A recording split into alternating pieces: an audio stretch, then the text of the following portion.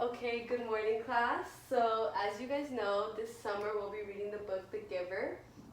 As you guys also may know, we'll be annotating. But before we get into that, like how to annotate, we're going to learn about how to annotate for deeper meaning. So, first off, can I have Giselle, can you please read me the objective for today? Okay. It says SWBAT. Identify what makes sentences important to the text, and then how do we know what to annotate? Okay, SWBAT means students will be able to. Yeah. Well, you guys will be able to identify like what makes sentences important, like what sentences should we be annotating, because obviously not every sentence, not every word should be highlighted or underlined in the text. So in order to learn that, we're going to talk about like what is it that makes the sentences important. Okay. So these are the four kind of criteria that I broke it into. You can pretty much break it into describes, figurative language, theme, and add. George, can you please read me the first one? Mackenzie? Kevin, can you please read me the first one? Yeah, I could.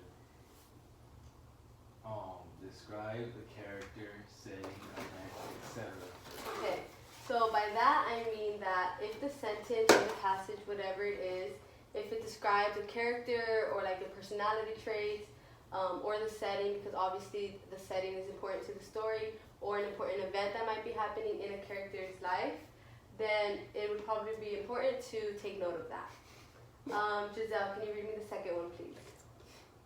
Use a figurative language or other literary devices. Okay, so figurative language is pretty much, have you guys ever heard of similes, metaphors, hyperboles, Me. imagery? I heard of those, Okay, yeah, me. great. So that's pretty much what I mean. If an author uses that kind of stuff, it usually means that they want to convey some sort of mood or kind of change the tone or put emphasis on something. So keep note of like those figurative language examples that you guys see in the text. George, can you read me the last two, please? Theme. Does it connect throughout the text? And add your thoughts. Okay, so by theme and like connecting throughout the text, I mean, there's one thing in like the first chapter, do you see it kind of repeating or kind of making itself present in like other chapters? If so, you want to keep note of that, because that can, that obviously contributes, or it's like, okay, this whole book keeps talking about this one thing, so that probably has to do with like the theme of the story. And for add your thoughts, it's just like any, because it's important to like take note of what the author is doing, but also make connections between like what you already know, or maybe what you've seen in like the real world. Making connections between the story and the book, the story and your real life is super important. Okay, so in order to practice, I got this passage from The Giver. It reads, Jonah had waited a long time for this special December. Now that it was almost upon him, he wasn't frightened, but he was eager. He decided. He was eager for it to come, and he was excited certainly. All of the 11s were excited about the event that would be coming so soon. So do you guys see, just off the top of your head, any examples of like describing a character, describing an event, or any of like what we had already discussed? I mean, describes his emotion. Exactly, yeah.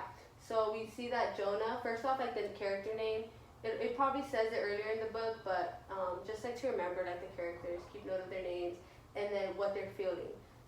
So Jonah is feeling eager, and he's not feeling frightened. And then later in the sentences, you see that he's like feeling that way about a certain event. So that's like a good way to like remember. Okay, there's this event that everyone's waiting for. I should remember that in order to like watch out for it later in like the later chapters. Let's do one more practice. The bright orange of pumpkins being trucked in from the agricultural fields beyond the community boundary, seen in an instant. The flash of brilliant color, but gone again, returning to their flat and hueless shade. So real quick, I'll just go over this one. I kind of chose this one because it has like imagery, which is an example of like a literary device. So what are some words that you see here that contribute to like imagery? Orange, great. Flash of brilliant color. Flash of brilliant Right. color. Right? Yeah. Hueless shade. Yes, so all like correct answers. Everything that contributes to like you imagining the setting, or you visualizing what the author's saying, All important things to keep note of. Okay, some things you might not really need to annotate are simple sentences such as like he ran up the stairs, or things that like transition that are kind of like, if you take it out of the story will still make sense, things like that. Or extra details like in-text definitions. By this I mean, if there's a word and they directly define the word right after, maybe highlight the word, but there really isn't a need to highlight the entire definition, because if you go back to that word and the definition is right next to it, you'll be able to like make the connection. Finally, a way to remember these kind of steps is through a parody I created with like the tune of Twinkle Twinkle Little Star. So pretty much it just reads, I'm gonna like kind of sing it. Twinkle Twinkle Little Star. Okay. When you want to annotate, here are some rules to follow. Does it describe an event, character, or the setting? Maybe, and so fig lang is just short for figurative language, but I couldn't fit that in. So maybe it uses fig lang or connects to the book's theme. Just make sure to add one thing your opinion matters to. Yeah, so just like a way to remember, Your opinion matters too. just a way to remember like the basic criteria of like what to annotate. That should be it. Thank you, class. I hope you guys learned something today about annotating. Chapters 1 and 2 are due tomorrow. Please have it annotated. Thank you. You guys are dismissed.